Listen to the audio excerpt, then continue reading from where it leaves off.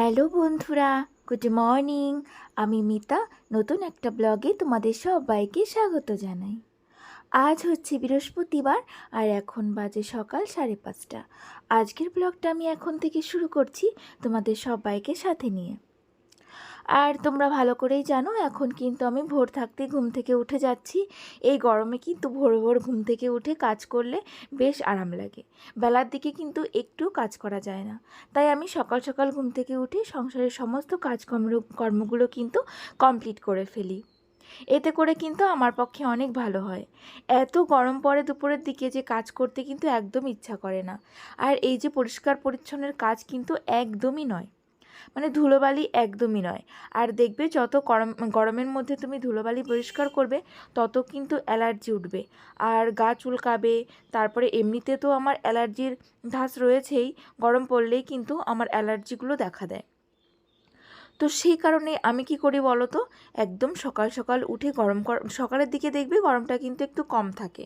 তো সেই কারণেই সকাল সকাল ঘুম থেকে উঠেই আগে আমি কিন্তু সংসারের কাজকর্মগুলো করে ফেলি তাড়াতাড়ি করে ঝটপট। তাহলে কি হয়, দুপুরের দিকে একটু কম কাজ করলেও কিন্তু হয়ে যায়।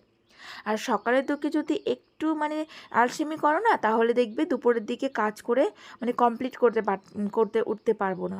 এরকমই হয় আমার, যেহেতু একা একা কাজ করতে হয় সেই জন্যই। তাই আমি কিন্তু সকালের দিক একদমই আলসেমি করি না, সকাল থেকে ঘুম থেকে উঠেই কিন্তু কাজে লেগে পড়ি।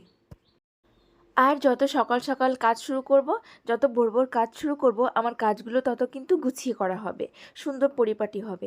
আর যত বেলা হয়ে যাবে তখন কিন্তু ওই যে ঘরের দিকে তাকাবো আর জলদি জলদি করব, তখন কিন্তু কাজগুলো সুন্দরও হবে না, পরিপাটিও হবে না। তাই দেখো ঘুম থেকে উঠে আমি কিন্তু দুটো ঘর আগে ঝাড় দিয়ে নিয়েছি। তারপরে এই যে আমার বারান্দার যে সাইডটা, এই বাক্সটা আমি রেখেছি এখানে, এটাকে ভালো করে পরিষ্কার করে নিলাম। কেন কি এখানে ভালো কিন্তু ধুলো জমেছিল। আর পরিষ্কার পরিচ্ছন্ন পরিপাটি না থাকলে তো আমার একদম ভালো লাগে না। আর যেহেতু এখানটা না মাম্মাম অনেকবার আসে, ওর খেলনাগুলো এখানে থাকে, আর ওখান তো এখানে অনেকবার হাত লাগায় আর এই খেলনাগুলো পেরে নেয় এখান থেকে। তো এখানটায় যদি ধুলোবালি থাকে তাহলে কিন্তু মাম্মামের গায়ে লেগে যাবে। তাই এইখানটাকে কিন্তু আমি সবসময় একটু পরিষ্কার রাখার চেষ্টা করি, যেহেতু মাম্মাম এখানে সবসময় আসে সেই কারণেই। তো তারপরে বারান্দাটাও কিন্তু সুন্দর করে ঝাড় দিয়ে নিলাম। আর ইন্ডাকশনের এই জায়গাটাও কিন্তু ভালো করে পরিষ্কার করে নিচ্ছি। এখানে আবার সকালে রান্না বান্না করতে হবে। আর এখন তো আগে তো রোজ সকালবেলায় আমি এখানে চা বানাতাম, আর চা বানানোর আগে কিন্তু ইন্ডাকশনটা মুছে নিতাম। কিন্তু ইদানিং তো আমি চা খাচ্ছি না, যেহেতু গরম পড়ে গেছে।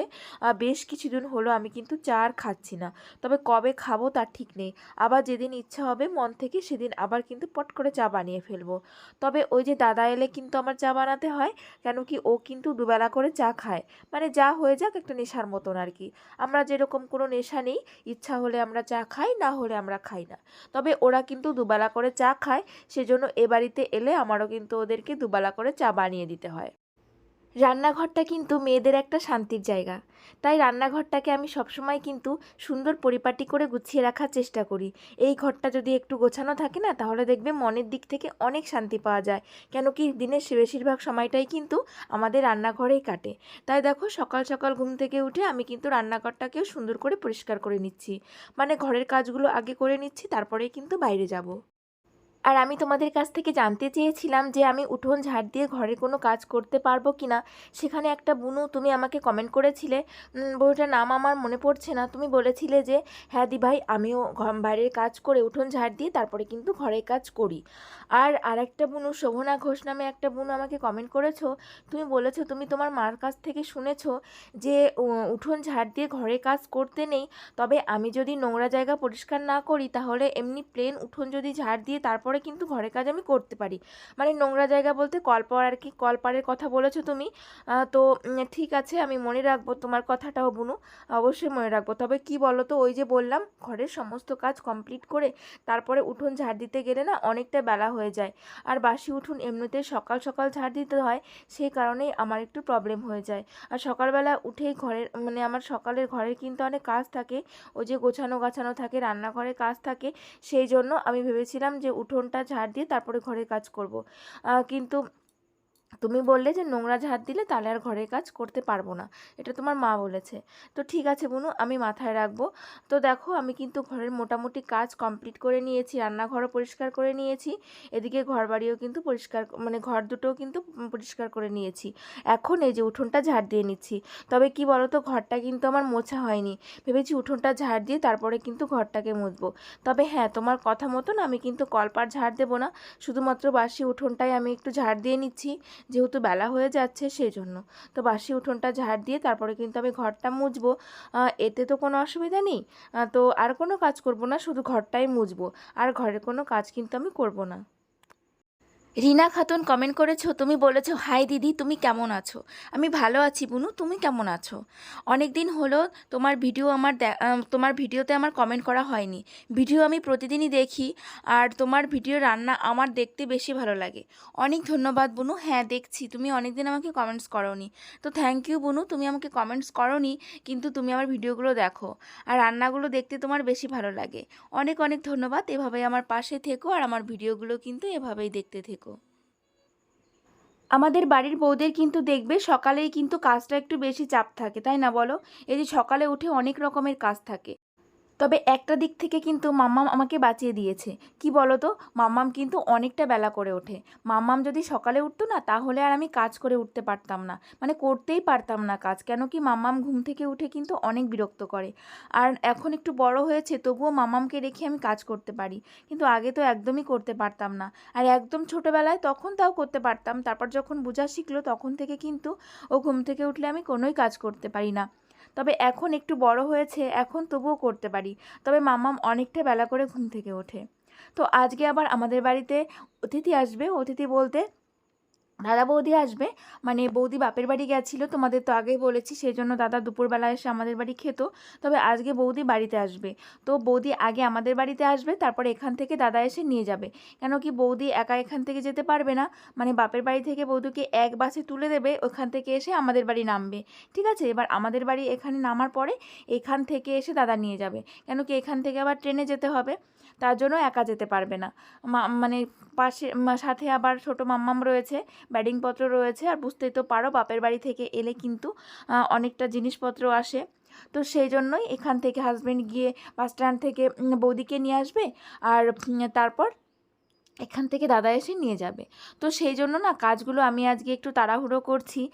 তাড়াহুড়ো করার জন্যই আজকে একটু তাড়াতাড়ি করে ঘুম থেকে উঠেছি, জানো তো, ভোর ভোর করে। তো ভোর ভোর করে ঘুম থেকে উঠলে কিন্তু তাড়াতাড়ি দেখলাম কাজগুলো কমপ্লিট হয়ে যায়, আর ভালোও লাগে। তো তাই ভাবছি এখন আরও ভোরে উঠবো। তবে কি বলো তো, এই যে অনেকটা ভোরে উঠলে কিন্তু ঘুমের অনেক ঘাটতি হয়ে যাচ্ছে। কেন কি, দুপুরবেলা তো আমি একটু ঘুমানোর টাইম পাচ্ছি না। তো সেই কারণের জন্য আমার কিন্তু অনেকটাই অসুবিধা হয়, আর ঘুমেরও কিন্তু অনেকটা ঘাটতি হয়ে যায়। মৌসুমী বেগম কমেন্ট করেছো, তুমি বলেছো তোমার কাজ আমার খুব ভালো লাগে, তোমার মনটা আমার মতন, আমিও তোমার মতন এইভাবেই কাজ করি, তোমার মতন আপু। তোমার ব্লগ আমার তোমার ব্লগে আমার নামটা নিও। এই তো নিয়ে নিয়েছি, তোমার নাম মৌসুমী বেগম। আমি কতবার তোমাকে কমেন্ট করেছি কিন্তু কোনো অ্যান্সার পাইনি। ও তাই, আচ্ছা, তাহলে মনে হয় স্কিপ করে গেছি গো তোমার কমেন্টসটা। তো আজকে ওই জন্য তাড়াতাড়ি করে তোমার কমেন্টসটা আগে পড়ে নিলাম। তো অনেক ধন্যবাদ তোমাকে, অনেক ভালোবাসা, এইভাবে আমার পাশে থেকে যেও। তো এই দেখো আমার মাম্মাম সোনা কিন্তু ঘুম থেকে উঠে পড়েছে, এদিকে কিন্তু আমার কাজও প্রায় কমপ্লিট হয়ে গেছে। প্রায় কেন, আমার কাজ কিন্তু কমপ্লিট হয়ে গেছে। আর এই দেখো মাম্মাম ঘুম থেকে উঠেছে, ওকে ব্রাশ করিয়ে দিয়েছি, আর ও কিন্তু একা একাই এখন দেখো মুখ ধুয়ে নিচ্ছে। ও এখন অনেক কাজ কিন্তু একা করতে পারে, জানো তো, খুব ভালো। এখন আমার অনেক কাজ কিন্তু হেল্পও করে দেয় মাম্মাম। এখন কি তাড়াতাড়ি কত বড় হয়ে গেল বলো। এই তো আমি যখন ব্লগ শুরু করেছিলাম কিছুদিন আগে, তখনও কিন্তু মাম্মাম কত ছোট ছিল, তাই না? তো প্রথম ব্লগগুলো দেখলে না এখন সেই মনে পড়ে। আর এই দেখো আমার গাছে কত সুন্দর ফুল ফুটেছে, বাড়ির সামনেটা মানে ঘরের সামনেটা না একদম আলো হয়ে রয়েছে। এত সুন্দর লাগে না, তোমরা না দেখলে বুঝতে পারবে না, যখন ফুলগুলো ফোটে ঘরের সামনেটা কত সুন্দর লাগে, আমার তো ভীষণ ভালো লাগে। আর রোজ ভাবি তোমাদেরকে দেখাবো, কিন্তু ওই যে দেখানো হয়ে ওঠে না। দেখো কি সুন্দর নয়নতারা ফুলগুলো, কি দারুণ ফুটেছে। মানে এগুলো সাদা আর লালও আছে, ওই পাশে একটা গাছ, খুব দারুণ লাগে। আমার তো ভীষণ ভালো লাগছে। আর চলো মাম্মাম, এই যে মাম্মামের ব্রাশ করা হয়ে গেছে। মাম্মাম এখন এই যে মাম্মামের বুনু চলে এসেছে, তাই দেখো দৌড়ে এই যে এসেছে মাম্মামের বুনুকে মাম্মাম নিতে। আবার এই যে দৌড়ে চলে এসে দুজনের কিন্তু ভীষণ মিল। দেখো দিদির জন্য একটা খাবার নিয়ে এসেছে আর দিদিকে সেটা দিয়ে দিল। আর এখন এই যে দু বোনে মিলে ঘরে ঢুকছে। ওরা জানো তো বাস স্ট্যান্ডে ওদের নামায়নি, একটু এগিয়ে নামিয়েছে। আর হাজব্যান্ড ওদের আনতে গিয়ে আর খুঁজে পাচ্ছিল না, জানো তো। তারপরেও বাড়ি চলে এসেছিলো, তা ভেবেছে কি বাস দাঁড়ায়নি বা ওরা নামেনি।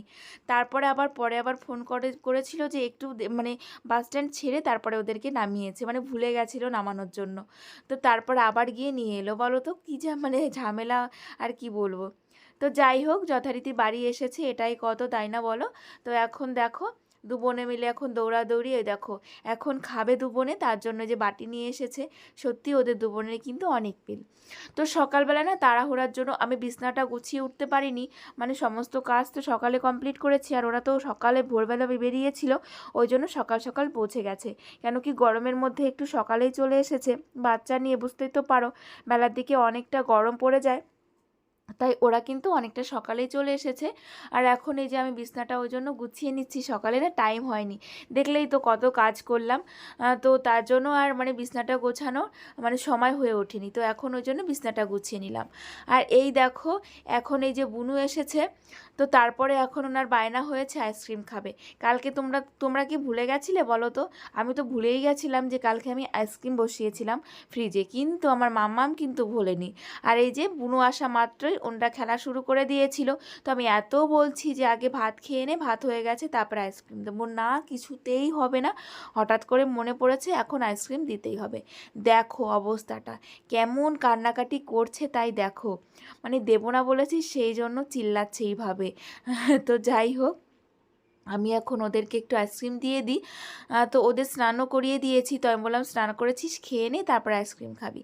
সেটা হবে না, এই যে আইসক্রিম এখনও দিতেই হবে। তাই চলো এই যে আইসক্রিমটা বের করে ফেলি, আর তোমাদের সঙ্গে শেয়ার করব যে আমি কীরকম আইসক্রিম বানিয়েছি আর আইসক্রিমটা কেমন হয়েছে।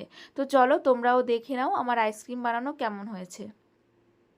তো এই দেখো এখন আইসক্রিমগুলো খুলবো। আর এইটা কিন্তু আমি বেল দিয়ে বানিয়েছি, বেল দিয়েছি, দুধ দিয়েছি, আর একটু বিস্কিট গুঁড়ো দিয়েছি, আর চিনি দিয়েছি, তারপরে কিন্তু আইসক্রিমটা বানিয়েছি। এই দেখো দেখতে পাচ্ছ কি সুন্দর আইসক্রিমগুলো হয়েছে। তো মাম্মাম তো এটা নেবে না, ওর জন্য দেখো আমার সমস্তগুলো খুলে খুলে ওকে দেখাতে হবে। মানে এটা নিবি ওটা নিবি, না পছন্দ হচ্ছে না। মানে এক এক রকমের ডিজাইন, তো সেই জন্য ওর ডিজাইন পছন্দই হচ্ছে না। দেখো প্রত্যেকটা খুলে খুলে দেখাচ্ছি, তবে ওর কিন্তু একটাও পছন্দ হচ্ছে না। তো দেখি ও কোনটা নেয়, বাস আর একটাই বাকি আছে, তো এটাই ওর পছন্দ। তো যাই হোক ওকে একটা দিয়ে দিলাম, আর আমি একটা খেয়ে নেব। তবে বৌদিকে দেবো না, কেন কি উনি খাবেন না। কেন কি ওনাদের আজকে একাদশী, মানে দাদা বৌদি আজকে কিন্তু ভাত খাবে না, একাদশী পালন করবে।